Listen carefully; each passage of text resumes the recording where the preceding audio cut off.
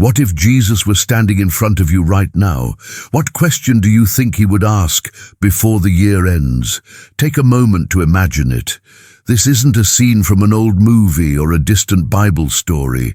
It's alive, happening right here, in this very moment you chose to stop and watch. You didn't land on this video by accident. Something inside you, maybe a quiet exhaustion, an uneasiness you can't quite name, or simply the invisible weight of the year's end, led you here. And Jesus, with that gaze that sees through layers of masks and excuses, looks at you in silence. He doesn't rush. He doesn't raise his voice. He simply waits, because before any word is spoken, there is a silence that prepares the heart. The end of the year is exactly that, a sacred space of inner stillness. Think about the flashing lights on the streets, the resolution lists you've made year after year, the gatherings that promise joy but often leave a hollow echo. All that external noise is the perfect distraction from hearing what truly matters. But what if I told you that moments of transition, like this one, are the moments that reveal truths buried deep in the soul? When the calendar turns the page, illusions fall away. Unkept promises, postponed dreams, prayers whispered in the dark and forgotten by morning, all of it rises like an unavoidable mirror. Have you felt that? That forced quiet between Christmas and New Year's, when the world slows down and you're left alone with your thoughts. It's in that silence that Jesus draws near, not with thunder or accusations, but with the gentleness of someone who knows every hidden corner of your being. Jesus didn't speak much, you know. His disciples said he preferred questions over long speeches. One word at the right moment was worth more than hours of explanation. Why? Because the noise of the world, opinions, social media, other people's expectations drowns us. The voice of Christ, however, cuts through it all like a gentle blade. It doesn't compete with chaos, it dissolves it. And in the silence before the question, he invites you to stop, to breathe, to lower your guard. Pause. Feel this right now. Close your eyes for a second, if you can. What do you hear in your inner silence? Isn't it the ticking clock racing toward midnight? Isn't it your heart beating with unasked questions? Every major change in life begins with the right question. Ancient philosophers knew this. A well-placed question awakens what's asleep within us. But Jesus takes it further. His questions aren't intellectual curiosities. They go straight to the core of being human. Fear disguised as courage, pain dressed up as strength, loneliness masked as independence. And here's the most beautiful part. Jesus doesn't accuse. He confronts with love. Picture him sitting across from you right now, in your room or wherever you are. His eyes don't judge this year's missteps. They see the potential you buried under piles of "I'll do it later." He doesn't point a finger at failures, mounting bills, cold relationships, shelved dreams. Instead, he creates space, silence, an invitation for you to see yourself as he sees you, loved, yet bound by chains you helped forge. The end of the year isn't about financial summaries or productivity goals. It's a spiritual doorway where silence reveals what noise has hidden for 12 straight months. You chased approval, likes, achievements that felt urgent. But what if the real urgency is this pause? What if Jesus is using this moment to ask you something that changes everything? Don't leave yet. Let the silence do its work. Because what comes next isn't theory. It's the confrontation your heart already feels approaching. Have you ever noticed how Jesus rarely gave ready-made answers? Instead of polished speeches or magic formulas, he pushed the question back into the listener's heart. Think of the Samaritan woman at the well, exhausted by empty relationships, and he simply says, "Give me a drink." Or the man paralyzed for decades. Jesus doesn't start with healing, but asks, "Do you want to be made well?" These weren't casual questions. They were keys that unlocked doors inside the human soul. Jesus asked more than he declared because he knew truth isn't imposed, it's discovered. The Gospels overflow with his questions. "Who do you say that I am?" he asked Peter, forcing him beyond rumors and second-hand opinions. "What do you want me to do for you?" He asked the blind men near Jericho, inviting them to name their deepest pain. "Do you want me to release this man?" he asked the crowd at Passover, exposing whether they wanted a political savior or something eternal. Jesus didn't need answers for himself. He knew their hearts. He asked so that we, you and I, would face what we hide. The right question awakens a sleeping conscience. It doesn't allow escape. It doesn't accept automatic responses like a rehearsed, "Yes, Lord." Think of Socrates, the Greek philosopher, using questioning to draw truth out of his students, rather than pouring information into them. Jesus perfects this infinitely. His questions aren't intellectual, they're spiritual. They pierce defenses, pride pretending to be self-sufficiency, fear that paralyzes decisions, religiosity that replaces living relationship. Do you answer God, or just repeat phrases you learned as a child? Those rushed morning prayers, those New Year promises, are they yours or echoes of empty tradition? Jesus separates ritual from reality. Faith isn't about stacking verses or attending services, it's about responding with an exposed heart. Why does this matter now, at the end of the year? Because ready-made answers keep us on the surface. I'll read the Bible more, we promise, without asking why we stopped. I'll forgive the one who hurt me, we say, ignoring the resentment still boiling inside. Jesus asks questions to expose the gap between what we say and how we live. Remember Nicodemus, the learned religious leader who came to Jesus at night. "How can a man be born when he is old?" he asked, confused. Jesus replied, "You are a teacher, and you don't understand this." It wasn't mockery, it was an invitation to humility. Nicodemus needed to be born again, not of doctrine, but of encounter, just like you do now. The danger of automatic answers in faith is that they create a false sense of safety. You go to church, share verses online, but in the silence of midnight, the emptiness remains. Religion builds walls. Relationship with Jesus tears them down. He asks, "What do you really want?" Because he knows shallow desires, success, comfort, approval, pull us away from what matters most. And what matters most isn't knowing about him, but knowing him through honest confrontation. Think of the rich young man who had everything the world values, and Jesus asked, "What do you still lack?" He walked away sad because the question exposed his idol. What would your question expose? Jesus uses questions as spiritual mirrors. They reflect not just actions, but motives. "Why do you call me good?" he asked another man, forcing him to recognize that only God is truly good. It wasn't false humility, it was a call to absolute truth. Today, in the rush of December, he asks you something similar, not to condemn but to free, because the right question awakens what's asleep, and in your case, what would wake up? A buried purpose, a delayed forgiveness, a renewed trust. If you're still here, it's not coincidence. The world shouts easy answers, work harder, set more goals, stay distracted. But Jesus whispers questions that redirect lives. He doesn't force doctrine down your throat. He invites loving self-examination. And in that process, faith stops being cultural inheritance and becomes living fire. Can you feel it stirring? That uneasiness you can't explain. It's the prelude.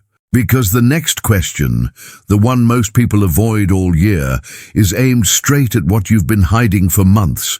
Prepare your heart. It doesn't accept rehearsed answers. It demands honesty. If you leave this video before this section ends, you'll miss the most important moment. Think about it. The year rushes by like a turbulent river, packed schedules, endless notifications, promises of change that evaporate at the first stumble. You run, achieve, celebrate small wins, and bury defeats under piles of next year. But deep down, something slips through your fingers. A question lingers, unspoken, unexamined. Humans are remarkably skilled at avoiding what truly hurts. Distractions become shields, binge-watching, endless scrolling, impulse purchases that promise temporary relief. Routines turn into comfortable prisons. Empty goals become anesthetics for a deeper ache. And the end of the year acts like a ruthless spiritual mirror, reflecting not what you gained, but what still holds you. Have you ever stopped in mid-December and felt that tightness in your chest? Frustrations piling up like snowdrifts, relationships that cooled despite effort, prayers whispered in the dark that seemed to echo into nothing, promises broken to yourself. This time I'll change, repeating like a scratched record. The world demands external results, promotions, likes, perfectly edited bodies, but Jesus looks at the heart, not your yearly resume, but the intentions no one sees. Those nights you bargain with God, if you do this, I'll do that. Those quiet moments after the party, when the artificial buzz fades and it's just you, exposed before the mirror of your soul. The end of the year isn't about fireworks or shallow gratitude lists. It's an unavoidable confrontation with what you avoided for 12 months. Why do the same struggles keep returning in new disguises? Why don't victories satisfy? Because there's a question most people ignore, sweeping it under the rug of denial. It's not about material success, money, travel, status. Jesus never measured hearts by worldly scales. He saw deeper, the fear driving bad choices, the need for control choking true freedom, shaken trust turning faith into habit. You avoid the question because it exposes not just what you do, but why you do it. Imagine the year as a book you wrote page by page, each chapter with unlikely heroes, you fighting invisible battles. But what if the greater author, Jesus, paused now and read between the lines? He doesn't point out flaws with an accusing finger. He asks, with eyes that carry the weight of a willingly borne cross. The question circling your subconscious, not about what you did, but about what still rules your heart. Daily distractions, exhausting work, family demands, a chaotic world pull us from what matters. But here, at the end of the cycle, they lose their grip. The mirror reflects, are you still carrying weights Christ wants to lift, or have you clung to them as identity? The tension builds because this question allows no half answers. It cuts illusions like light in the dark. Think of sleepless nights this year. Why does this still hurt so much? Cold mornings of prayer, repeating words without fire, unspoken goodbyes, forgiveness swallowed by pride. Jesus knows the human heart is a maze of conflicting desires, wanting change but fearing the cost, calling out to God but doubting in silence. The end of the year amplifies this. Holiday lights stir memories of lost innocence. Toasts awaken old loneliness. New calendars promise what the old one didn't deliver. And in this in-between space, the question draws near, whispered by a spirit who does not lie. It's not random that you feel this discomfort now. The year led you down winding roads, but they all converge here. What are you willing to let go of? Jesus doesn't reveal easy answers because shallow truths don't transform. He builds tension so the heart will open. Frustrations become invitations. Disappointments become doorways. Ignore it, and the cycle continues. Can you feel the weight? That fatigue that isn't just physical, but spiritual. As if you're carrying an invisible backpack full of what-ifs. The year-end mirror doesn't lie. Outward results shine, but the inside cries out. Pause, silence, let it settle. The air feels heavier now, doesn't it? Because Jesus' question isn't distant or abstract. It's personal, urgent, loving. To reveal it requires a spiritual maturity few cultivate, but you're still here. That matters. It doesn't judge your past. It illuminates your present to free your future. Get ready. It's coming, and when it does, it will echo through every unvisited corner of your being. Don't run, face it, because what's coming isn't accusation, it's love that confronts in order to heal. Here it is. The moment has arrived. The question Jesus lets echo in the silence of your heart before the year ends. It doesn't crash like thunder. It doesn't accuse with righteous anger.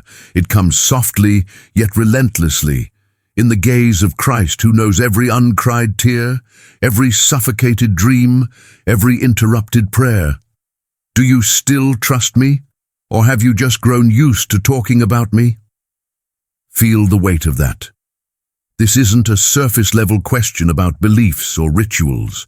It dives into the core of your walk with Him. You call on Him in crises, Jesus, help me, but in everyday life, when the sun is shining and storms are absent, does He become casual conversation? Stories told among friends, verses shared online, but a living relationship, or just words filling the air without roots in the soil of the heart? Say it slowly. Do you still trust me? Jesus asks it in the Gethsemane of your ordinary life. When plans collapse, relationships fracture, health falters despite prayers. Trust isn't the absence of pain, it's surrendering control you never truly had. Or have you grown used to speaking about Him like a spiritual charm? I believe, amen, while still gripping the reins. Picture Him now, seated at your year-end table, among glasses raised and resolution lists. His eyes, the ones that saw Peter deny Him 3 times and still restored him, rest on you. No condemnation, just truth. Because talking about Jesus is easy, trusting Him when the path darkens is the real test of faith. Apply this to your real life, right now.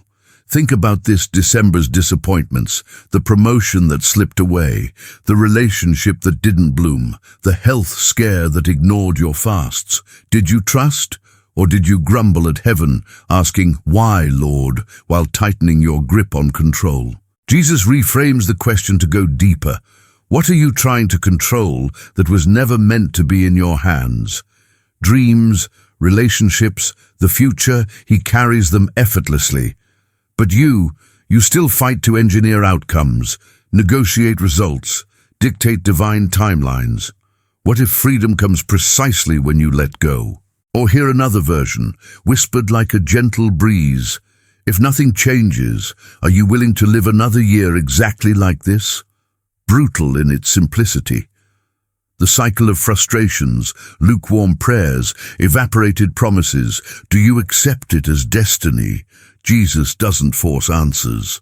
His gaze is enough, the same gaze that freed a woman bent over for 18 years with a simple, "You are set free."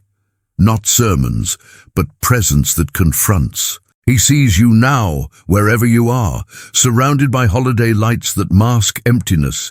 He knows the nights you plan meaningful content, compelling visuals, messages that move others, yet neglect the source of your own inspiration.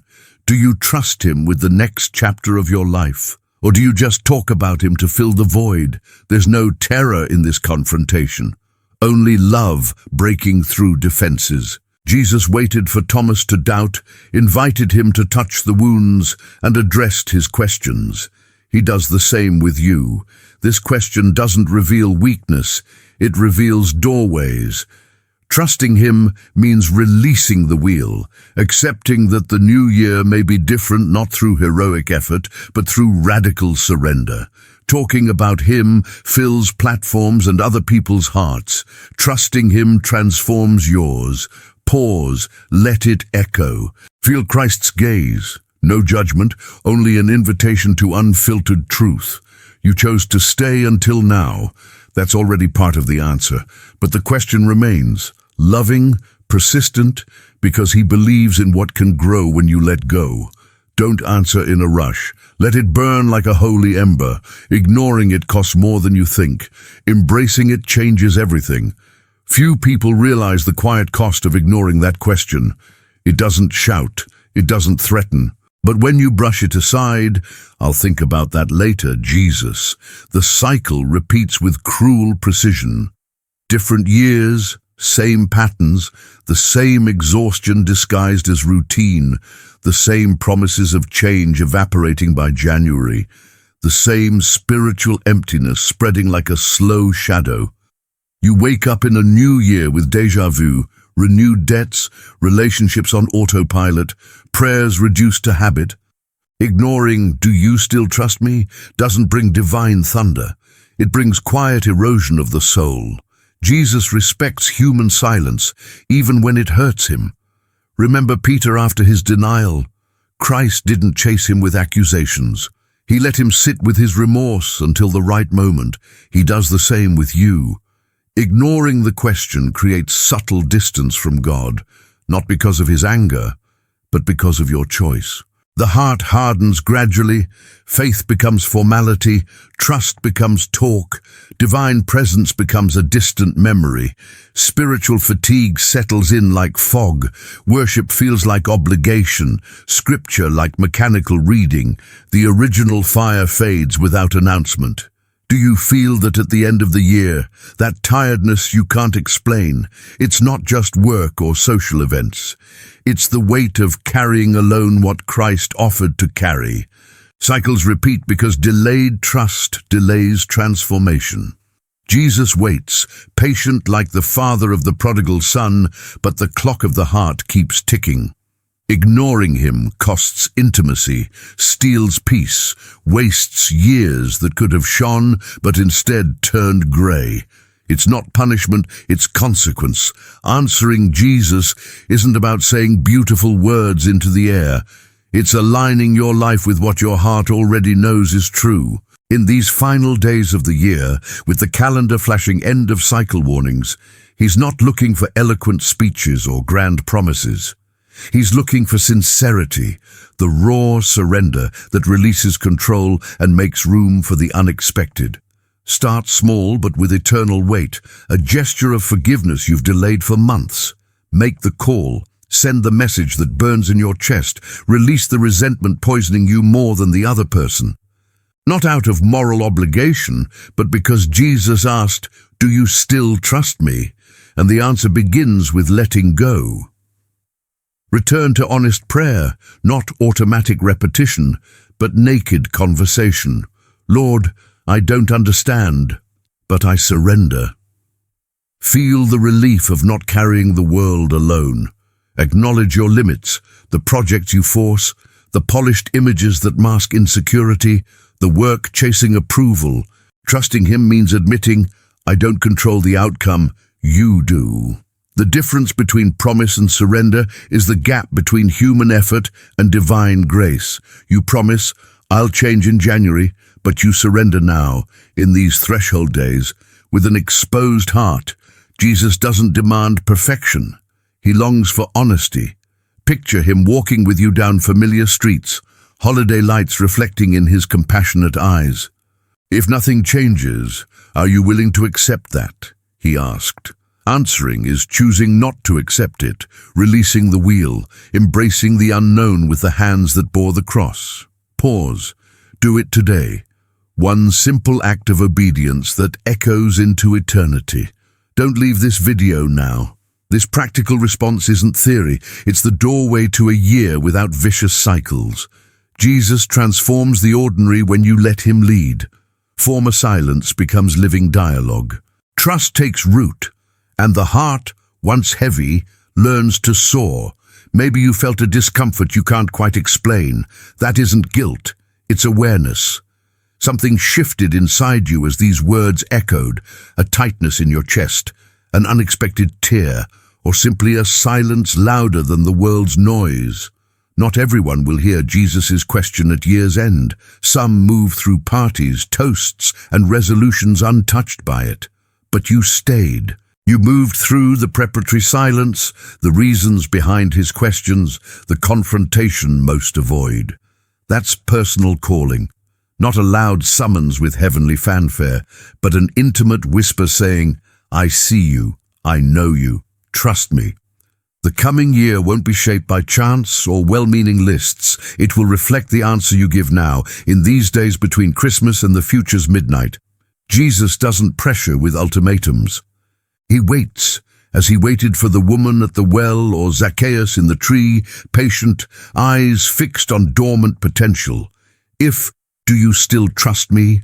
rang like a bell in your soul. It's because your heart recognizes the shepherd's voice. Those late nights creating meaningful messages, visuals that capture human depth, content that touches lives, all of it flourishes when aligned with trust in him, not solitary effort. Don't leave yet. What comes next matters for those who heard. Imagine a quiet community of souls who, like you, paused in the rush of life and let the questions sink in. They don't shout answers, they live them. Forgiveness released, control surrendered, prayer revived. Are you part of that? The year ahead carries the weight of today's choices, not perfect, but sincere. Jesus turns the ordinary into sacred when we let him ask, confront, and guide. If this question spoke to you, write in the comments just this: "I heard it." No explanations, no long stories, just those two words, forming invisible bonds with others who need to know they're not alone. Because it's in the silence after the answer that grace works. Let discomfort become clarity, the cycle broken, trust restored. Jesus smiles now, knowing his whisper found an echo. You didn't come here by accident. And the new year? It doesn't begin at midnight, but the moment you say yes.